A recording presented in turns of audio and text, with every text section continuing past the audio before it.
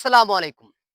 তো গাইস, আমরা আজকে নিয়ত করছি আমাদের কিশোরগঞ্জ জেলার ভিত্তে ঐতিহ্যবাহী একটা পাগলা মসজিদ আছে।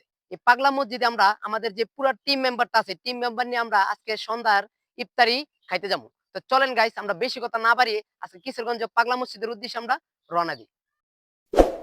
সো গাইস, এখন আমরা চলে আসছি আপনার কিশোরগঞ্জ জেলার ভিতরে ঐতিহ্যবাহী পাগলা মসজিদের সামনে।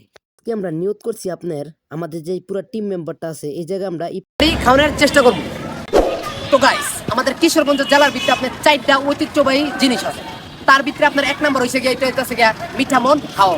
আর 2 নম্বর যেটা আছে গিয়া বাংলাদেশের ভিতরে সবচেয়ে বড় ঈদগাহ মাঠ, সেটা হইতাছে গিয়া আপনার শোলাকিয়া মাঠ। সেটা আমাদের কিশোরগঞ্জ অবস্থিত। 3 নম্বর যে জিনিসটা হইতাছে গিয়া সেই জিনিসটা হইতাছে গিয়া আমাদের কিশোরগঞ্জ জেলার ভিতরে ঐতিহ্যবাহী আপনার এই পাগলা মসজিদ, যে জায়গাটা আমি এখন আপনার দাঁড়ায় আছি।